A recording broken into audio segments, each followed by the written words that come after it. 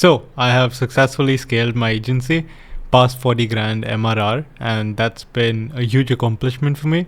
It's one of the things that I was really looking forward to. And I'm going to play a clip from my podcast. Now I service podcasts. MRR is fair to say, I guess, around 20-25K floating up and down. Easy. We're going to have a breakthrough the next time you hear Easy. from me. Next episode. Actually, next episode is like next week, probably. Yeah, so it But should be 50K. next to next episode, you're going to hear me saying like 40K MRR. 50K, dog. 50K. Okay. But as of right now, like 20-25K floats up and down. That's the game. So in episode 1 of my podcast, I was ashamed.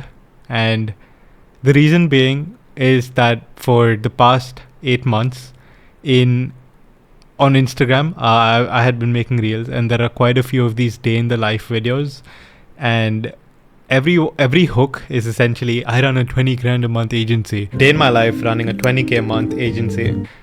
And that honestly got disappointing because I didn't want to be stuck at that MRR for that long, but it took me more than 8 months, and 40 grand was that mark, that milestone, which I was really wanting to hit. Because 30 is like insignificant in a way, because sure, you can hit 30 for a month and then you can go back down to 25. But 40 really feels like a point where you've broken past that barrier and now you're on your way to scaling up there. And we're even close to 50. So that makes me really happy. I feel like I've done something that's good for myself. And in this video, I want to talk to you about the hard truth about agencies and the 3 things that you need to know before starting. Because of the fact that I've been able to scale past my goal, I constantly think about the why agencies in the first place, and why I'm doing the stuff that I'm doing. And that also ties into why I'm creating content, because I believe it serves a deeper purpose than just fulfilling that initial purpose layer with which in mind I started my agency, which was financial security and family stability. I feel like I've achieved that. So now it's like, what's the why behind all of this? So the first thing you need to know when you plan on starting your own creative or service-based agency, or even freelancing in this case, is it's just a business. It's good for first timers because you're going to learn a lot about business. You're going to learn about service delivery.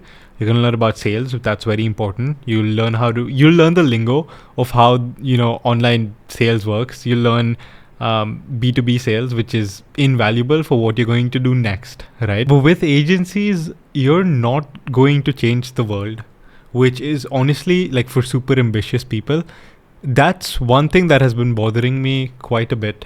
That, okay, I'm doing work for great VCs, I'm doing work for tech companies, but I'm not doing anything to make a difference in this world, really. In the grand scheme of things, I feel like my ambition far exceeds what I'm currently doing in terms of impact to the world. And I get it, you in your spot, right? Let's say you're in college or you've just completed school and you're working towards just making your first few bucks. Agency is the perfect model. Freelancing is a great model, but it's not the thing that's going to change the world. I now feel like there's more sense of purpose in me creating content, in me educating others and bringing people around me up. Because in India, there are such few agencies that, at least this is what I feel. I haven't seen many others like me. So I just feel like in India, there aren't any agencies that are really standing out, that I've heard of in the same sort of space where you're selling to foreign customers and you're bringing in a ton of USD into the country. I haven't heard of many agencies like this. So I want to put our name out there as well. This ties into a bit of patriotism, because it's like, man, Indians generally referred to, we don't have a good reputation out there. Let me tell you that. Might sound very stereotypical of me to say, but generally, bro, trust me, when like you go to YouTube comment sections of any video, and if there's like an Indian comment, there's one like foreigner dude, calling us call center scammers, and I can't blame them, like, because that's true. In Kolkata and in other cities like Bangalore and even Pune, there are so many scam groups, and they target elderly people, and that's so shit of them, and they've created a bad name. But at the same time, in online sales, I want to change that in the next generation, so that India has a very clean reputation. That's something I want to accomplish. I feel like that's a greater purpose than creating awesome content in podcasts. Obviously, I love doing that. It's a passion, but it's not impact. Like, I'm making great content for people, but it's not at my core, and you might feel this way too. So you don't know your why, you don't know your purpose, you just know that you want to make money, and agency is a great model for that, but it's nothing beyond oftentimes. Number 2 is that agencies are difficult to scale, and there's barely any exit value. And don't get me wrong, cash flow is great, right? If you're building an agency for cash flow, honestly, that seems like a great reason to. But at the same time, the reason agencies are difficult to scale is because they're often held back by two things. So even with SaaS, there's going to be a ceiling on the number of clients, or for SaaS customers, that you can onboard. And then there's going to be a set churn rate that you will notice every year.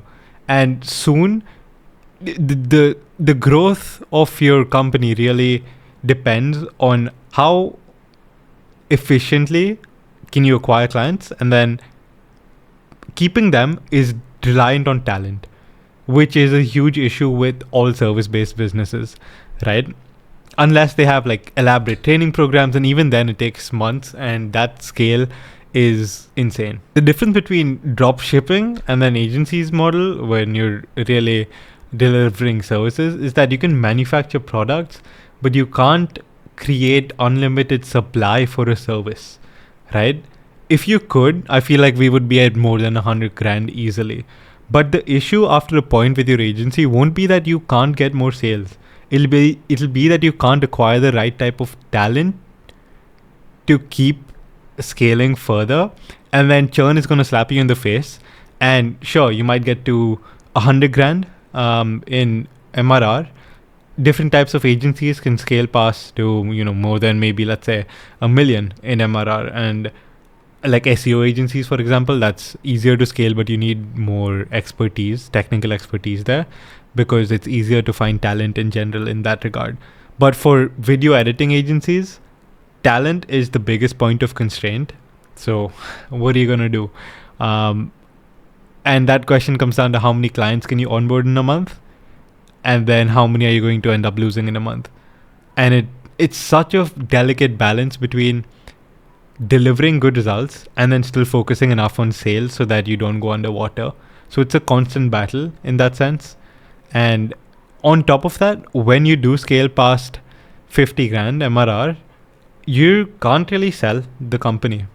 Unlike SaaS, where you get great multiples when you're trying to sell, for agencies, you get like a 1 or 2x multiple. Even then, you need to have annual contracts, and you need to have high profile clients, and you need to have a moat for why tomorrow another guy can't come and make the same agency you have.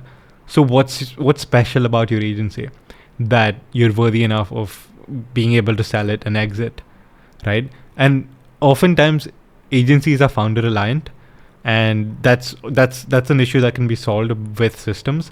But as a first time founder, it's going to be difficult for you to outsource most of the work so that you can start focusing on the second purpose layer after the financial stability one is cleared. The third biggest challenge is in inspiring your team and finding out your why about agencies.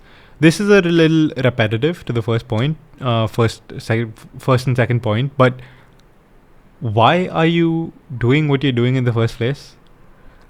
It's for money, awesome, but how are you going to convince others to make you more money when there's no deeper purpose behind it. So really, when you're starting your agency, I would want you to think about the genuine reason behind why you're doing it. And if it's money, be honest with yourself. It's okay. But yeah, those are just my thoughts. And I'm at the point where it's like, this is awesome. I'm at the point where it's like, I've accomplished this. And now that I look back, I would really think of these 3 points hard, right? Do I want to build something which will have exit value, which will, and then defining my why from the very start. This is a great book that you should probably read, and you'll be a better leader that way. I do encourage you, however, to put in the effort and the work it takes to start an agency. It's a beautiful business model, and it's going to teach you a lot. It's going to teach you a lot of things so that you're set up for the next big thing that you do in the next 3-5 years, whether that be content, whether that be a SaaS company or something in hardware or healthcare or climate tech. You learn a lot. So I wish you all the best.